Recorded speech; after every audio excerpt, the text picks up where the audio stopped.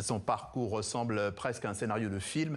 Né en Côte d'Ivoire, arrivé en France à l'âge de 12 ans, Marwa McQueen a construit aux États-Unis une réussite spectaculaire. Installée à Aspen, c'est dans le Colorado. Elle est aujourd'hui à la tête de plusieurs restaurants, dont le Marwa's Kitchen, recommandé par le célèbre guide Michelin, une trajectoire inspirante entre la passion de la cuisine et la réussite entrepreneuriale. Bonsoir, Marwa McQueen. Bonsoir. D'abord, tout simplement, parce que c'est le journal Afrique, que reste-t-il aujourd'hui de la Côte d'Ivoire dans cette réussite entrepreneuriale? Ma joie de vivre. Oui. Je dirais oui. Ouais, je suis africaine, je suis française et je suis américaine et je trouve ça génial. Ouais. Voilà. Donc vous avez un pied sur les trois continents. Vous êtes passé par la France. Très jeune, 12 ans, je le disais, vous êtes arrivé à Trappes, en banlieue parisienne. C'était pas prévu, rien n'a été facile. Rien n'a été facile. Trappes, c'était une découverte. Ouais. Et un vrai changement, évidemment, par rapport à... Oui, absolument, parce que, je suis partie de la Côte d'Ivoire et arrivé, il fait froid ici. La bouffe est différente. C'est vrai. On parle différemment. L'école un peu différente. Oui. Tout était différent. Vous avez dit les codes, hein? L'école Ouais, était différente. Et puis aussi, j'apprenais. J'avais jamais eu de relation avec ma mère, donc c'était la première fois que j'allais habiter avec elle et apprendre à la connaître. Et à quel moment la cuisine est devenue un plaisir, plus qu'un plaisir, c'est devenu une vocation? Quand j'ai déménagé d'ici, c'est devenu une vocation. Quand je suis allée aux États-Unis et que j'ai ouvert mon business. Mais auparavant, c'est quelque chose que je faisais parce que je savais le faire. D'accord. Mais c'était pas une passion. Je poursuivais pas ma passion. Je savais faire quelque chose. J'étais nulle dans les autres départements. Donc, j'ai poursuivi ça, c'est ça. Donc, par élimination, d'une certaine manière. Exactement, par élimination. C'était pas je suis ma passion, mais absolument pas. C'est pas venu comme ça. Alors, vous êtes allé vous établir aux États-Unis. Alors, on va y revenir. Vous allez nous dire si ce sont les États-Unis qui vous ont choisi, peut-être aussi. Est-ce que vous pensez que vous auriez pu faire une carrière à peu près équivalente en Europe? Absolument. Je pense que j'aurais pu faire une carrière ici, en France. Quand je vois Georgina Vieux, je vois Maurice Sacco, je me dis que oui, si c'est possible pour eux, j'aurais pu le faire ici aussi. Donc, il n'y a pas de raison. Pourtant, c'est à Aspen que vous établissez, une riche ville de montagne très singulière, connue pour ses pistes de ski. On est loin de la Côte d'Ivoire, c'est le dépaysement total, peut-être encore plus. Pourquoi ce lieu? Pourquoi Aspen? Ok, déjà j'ai vu Aspen à la télé. Et j'ai toujours dit que quand j'étais à la télé. Quand j'étais en France, on me vendait le rêve américain. Tous les Noirs américains, tous les films qui étaient bien, où il y avait des Noirs qui étaient successful, ils étaient américains. Mais ne pas à Aspen, si? Non, mais j'aimais Aspen. D'accord. Là, c'était dans les Feux de l'amour. Okay. Ah, d'accord, J'ai trouvé que, très bien. On va tous en classe de neige. On connaît les pistes des Alpes. Mais Aspen, c'était magnifique. C'était comme, on dirait, Hallmark Channel Movie. C'était différent, c'était romantique, c'était différent.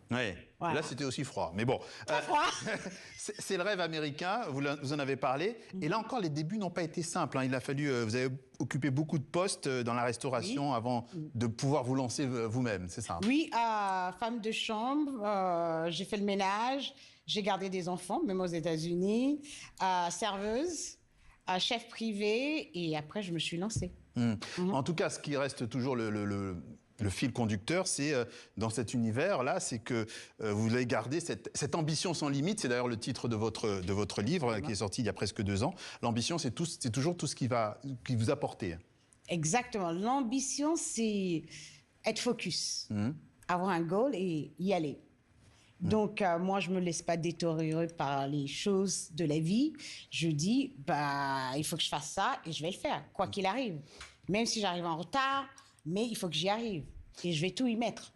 Aujourd'hui, vous êtes à la tête de plusieurs établissements, notamment alors à Aspen, mais aussi à Denver, toujours dans le Colorado. Vous envisagez peut-être, évidemment, après, peut-être d'aller, je sais pas, sur New York? Oui, j'envisage d'aller partout. Oui. On expand partout aux États-Unis. Oui, le ciel est la limite, c'est ça?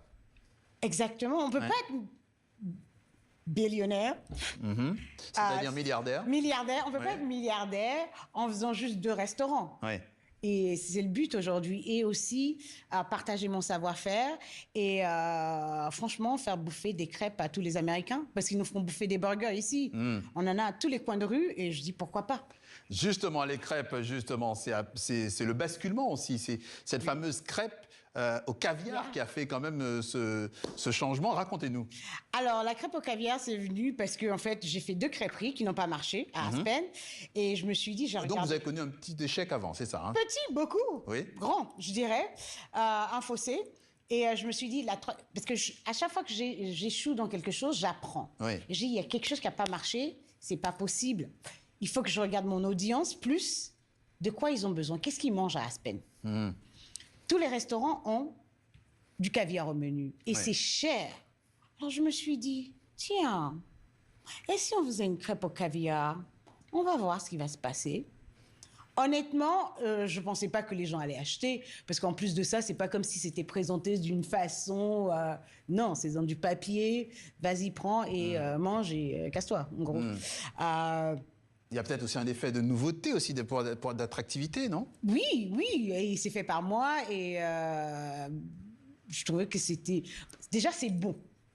OK, c'est bon et on met beaucoup de caviar dedans. Et je dis toujours que les gens, en fait, ils n'achètent pas la crêpe. Ils achètent le caviar parce que le caviar, il est cher. Et il y a du saumon fumé dedans, il y a de la crème. Donc, c'est un petit plaisir, mais c'est rien pour ces gens-là. C'est quoi $100? C'est quoi $200?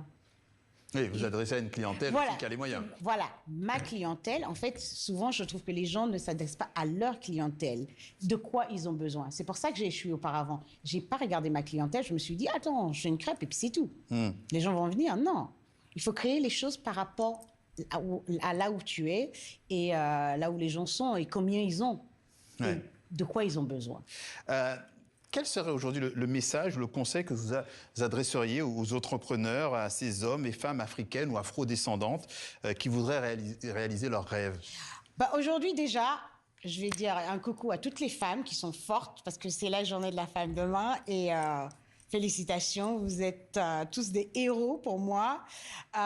Et en fait, je voulais vous dire à tous, je trouve qu'en fait, au lieu de suivre son rêve, suivez votre talent. Oui. D'abord, et votre rêve viendra. Donc, suivre son talent, c'est-à-dire, c'est suivre ce qu'on sait faire réellement. Être bon dans ce qu'on sait faire, s'efforcer d'être outstanding, non pas juste meilleur, mais vraiment outstanding, être le meilleur. D'accord. Okay.